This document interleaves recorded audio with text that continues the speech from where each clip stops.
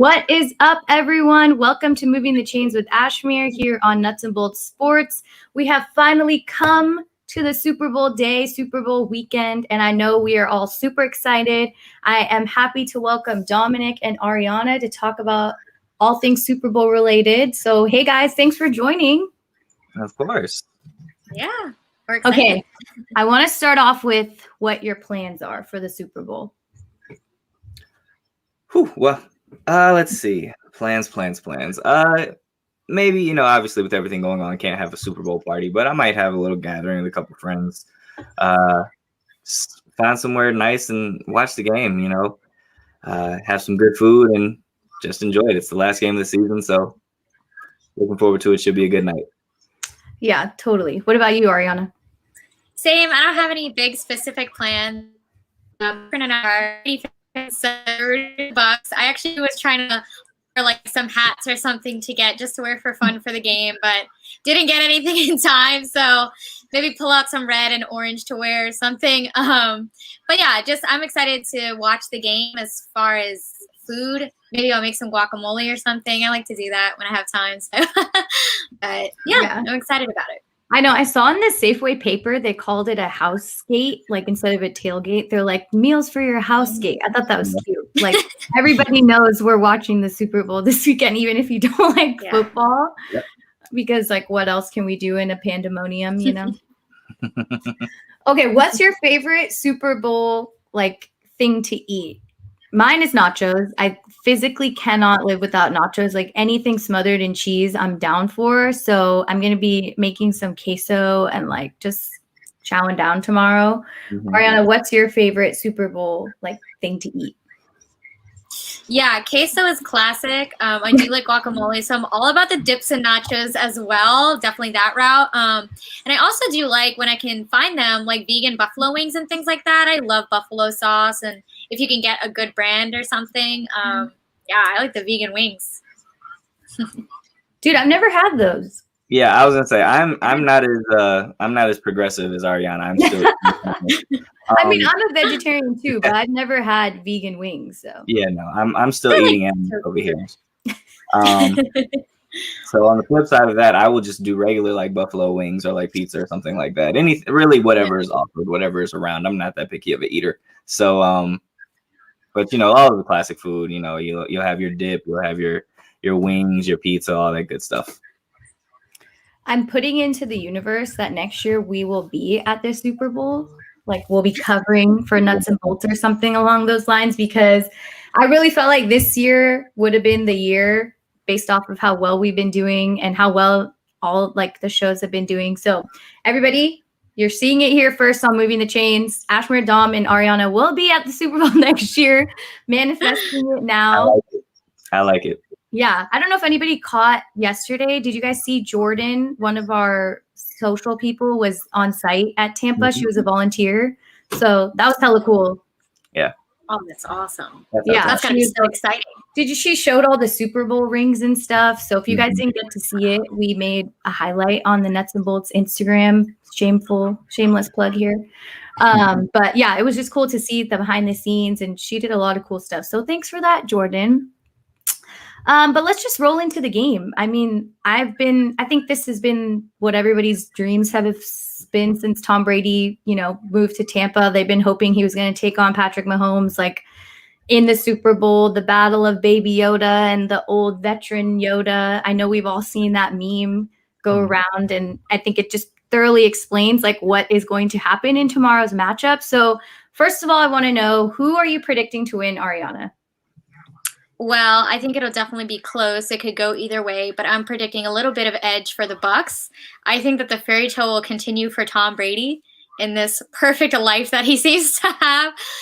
No, but just myths aside, I think that the Bucs have so much going for them. They've just got so much momentum going through the end of the season and into the playoffs. They were a wild card team that had just come through and beat all these tough NFC teams, the Saints, the Packers. It's pretty incredible.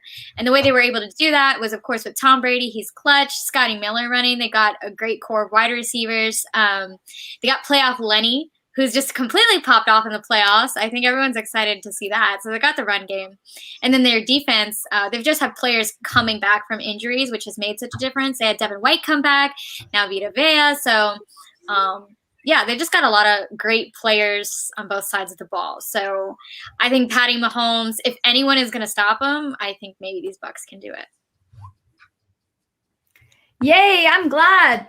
I feel like I'm the only person that thinks the Bucs could pull this off. So I guess I'll just roll into who Dom predicts is going to win. So I will say this. It's not that I don't think the Bucs can pull it off, right? Like the Bucs can win this game. I don't think it's like out of the realm of possibility. I just don't see them doing it. Yeah, like it would be very nice and poetic. But there's also the side of passing the torch. Like it'd be cool for Brady to win and, cap all that for his perfect life. But I do think this is the time where we see, like you said, old Yoda pass the torch to baby Yoda. I kind of went into a little bit more detail on this on my podcast where I was just talking about the start to Patrick Mahomes' career and how he's off to one of the greatest starts we've ever seen. And for everything, like everyone keeps on talking about how like the way to beat this Chiefs offense, you play good defense, you run the ball, you keep them off the sideline, and that's all sounds good. But how often has it really worked? Like it just hasn't. I just feel like this Chiefs team is different. This offense is special. This defense really picks it up in the playoffs. They kind of just flip a switch. And it seems like whenever they need to make a play, they do. Like they always they may not win in the fashion that we expect them to. There was a lot of games this year where there were one possession games where we thought they would lose or where we thought they would win by 14, 15, 16, 20 points or something like that, right? And maybe they only won by 5 or something like that. But whenever they needed to make plays, they did. That's been their MO all year. And it also, granted, this did happen earlier in the year. It's very hard for me to forget that Tyreek Hill put up 200 yards on this Bucs defense in the first quarter in week 6. So I think Tampa's great. I think they're a great team. I love that defense, but I just don't see anyone stopping this Chiefs offense and Patrick Mahomes. I love that you brought that up. I feel like we all forget how legendary that was for Tyreek Hill to pull that off. 200 in the first quarter. Yeah. Like, I think as a fantasy player, I think I was playing against him or something, and we were all just like dumbfounded that was even possible. Yeah. And yeah, I mean, okay, I believe so much can happen on the Bucs defense, but I feel like the conversation that's just existing and like constantly repeated is the way that Patrick Mahomes can get the ball out.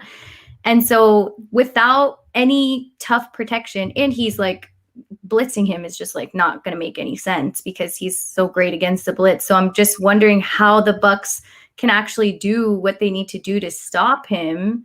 I'm wondering what you think on that, Dom. I mean, you just got to kind of lace him up and play. Like that's really what it comes down to. Like he gets the ball out of his hands so fast. Now, obviously you want to blitz him. Ideally against any quarterback, you want to get pressure right up the middle, get it right in their face, force them to move, be uncomfortable, things like that.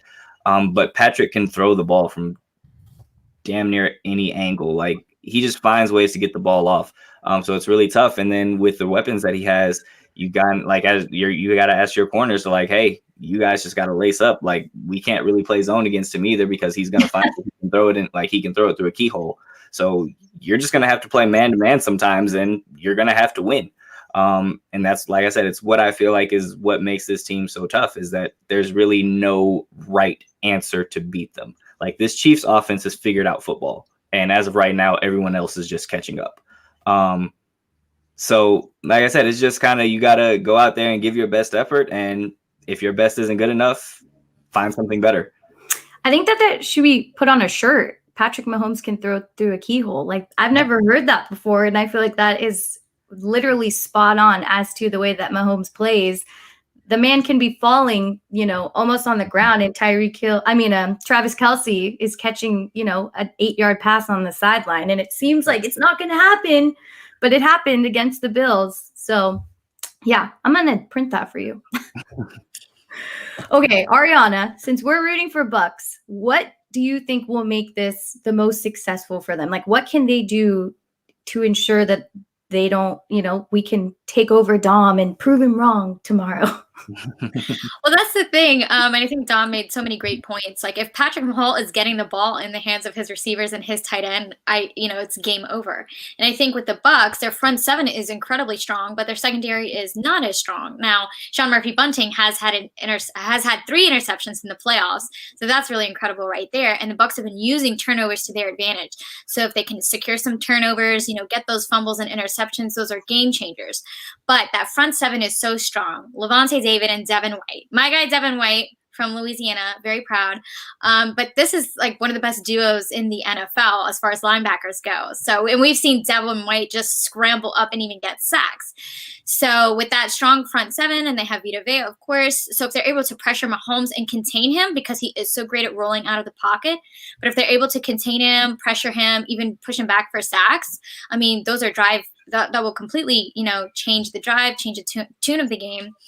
So I think if they are able to do that, they did shut out Aaron Rodgers. There were 2 3-and-outs in their last game. So if they can accomplish things like that, I think that the Bucs can win this one. Okay, who do we think is going to have more receiving yards for the Chiefs? I'm just making this up. That's why I'm wondering. Like, who's going to be the number one go-to guy, you think, from Patrick Mahomes? I know that's hard because he has so many people that he could throw the ball to. But who are you guys thinking? I think I think Hill will have more yards, but maybe Kelsey will have more receptions. I think that Kelsey, and I call them the trifecta. Like, this is what these 3 are to me. They are just this perfect little triangle of your offense here. But I think Kelsey is so dependable, getting end zone targets and everything like that. But as we know, Tyreek Hill is the cheetah. So if he gets it, I mean, he's getting 80 yards on it. So that's what I think. What about you, Dom? I agree. I think Travis Kelce is more of the security blanket for Patrick Mahomes. Like, Travis Kelce typically is the one where it's like, it's 3rd and 6, we need a big 3rd down here. Okay, we're going to Travis. If it's, we're in the red zone and we're 7 yards out, okay, we're going to Travis. Tyreek Hill is their big play guy. So it's like, all right, we need a spark. We'll send him on a slant or a wide receiver screen and he'll take it 80 yards or something like that. But I agree. I think you'll see Travis Kelce have more receptions. But I think Tyreek Hill is definitely going to have more receiving yards. Carlton Davis is still having nightmares about what he did to him earlier. So like I said, this Chiefs offense is special. It really is. Oh my God. I would have nightmares about that, man. Seriously. Yeah, no, I agree. I think Kelsey is going to, take that spotlight. And it's just because I don't know why anybody's not guarding him enough. Why isn't he triple covered at some times? Like, ask the Raider Nation. I'm sure we were wondering why he was wide open in the end zone when we were losing. Just so many things you wonder as to why the best person is open all the time. It's because you can't. Yeah. That's the thing with this offense. You can't triple Travis Kelce because then who do you have covering Tyreek Hill? It's like, okay, so you want to double team both of them. All right, cool, that works. But guess what? Clyde Edwards-Helaire can catch the ball out of the backfield. Mecole Hardman is a speedster. You still have Le'Veon Bell who's there. Like, there's Sammy Watkins. Like, there's so many pieces there that they have. And the fact that they found a way to pay everybody is insane. I don't know what type of math whiz they have there crunching the numbers for these salaries, but it's incredible. Like in cartoons, you have like a boat will be sinking and there'll be a hole and you go to plug that hole and another one springs out. That's kind of how this Chiefs offense feels to me. It's just wherever you go trying to plug the hole, like 3 more pop-ups. I wish I had a little graphic for that so everybody can visualize it, because I'm literally imagining Kelsey on one hole and the next one is Sammy Watkins and the next one's Tyreek Hill. That's insane. Yeah, that was a good comparison. You guys came fired today. I like it. I'm going to make a little graphics for both of these comments because I think they're lit. Okay, so I think, we've talked enough about the Chiefs, but we can wrap it up with the Bucs. And I want to know, if the Bucs do win, what do you think the score could be? Dom? Well, I know you're not. Yeah. So my original score, what I think the actual score will be 33-29 Chiefs. I have the Chiefs winning 33-29. If the Bucs win,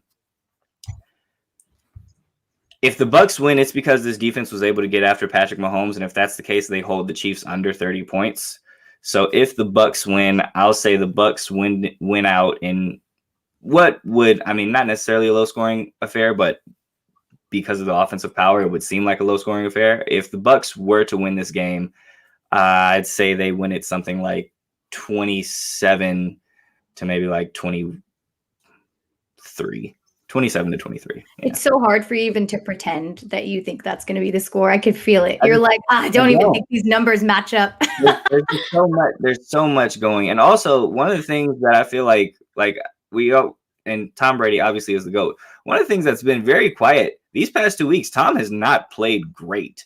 Mm-hmm. Like, he's thrown 4 interceptions in these last 2 games. Yeah. The defense has bailed him out a lot these last 2 games. So we got to see. I don't think that he can afford to do that now. I don't think Tom Brady's going to keep throwing interceptions. It's the Super Bowl. He's been there before. This is his 10th time there. He's played almost a regular season's worth of Super Bowl games. But it's just something to keep an eye on. Like, they can't have the mistakes that they've had against the Saints and the Packers offensively, right? Like, Tom has to be on point to keep this going.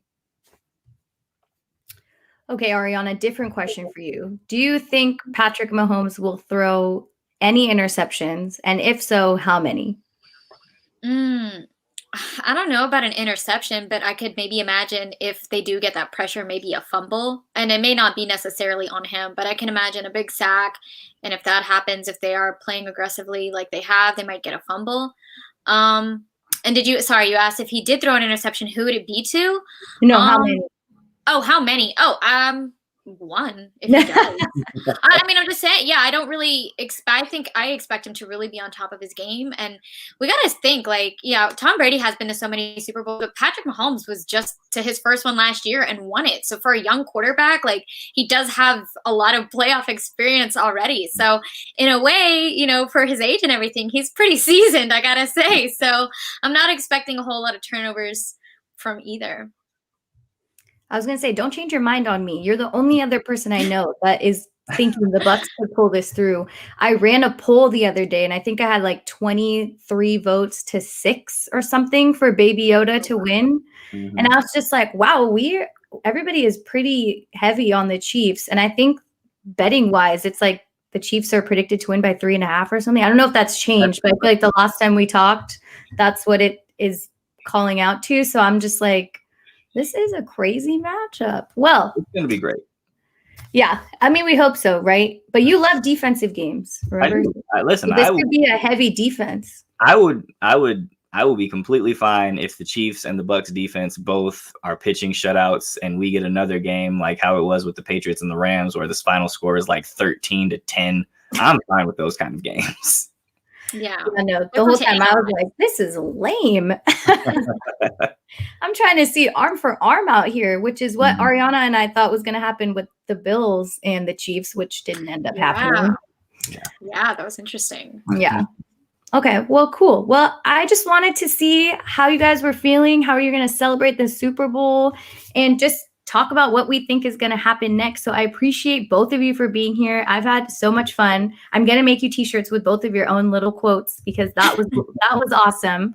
And I just want to thank everybody for tuning in. I hope you enjoy Super Bowl Sunday tomorrow and let us know who you're rooting for and what the score is going to be, because obviously we're 2-1 here, which is shocking to say the least. So have a great day, everyone. And thanks for tuning in to Moving the Chains with Ashmere. Mm-hmm.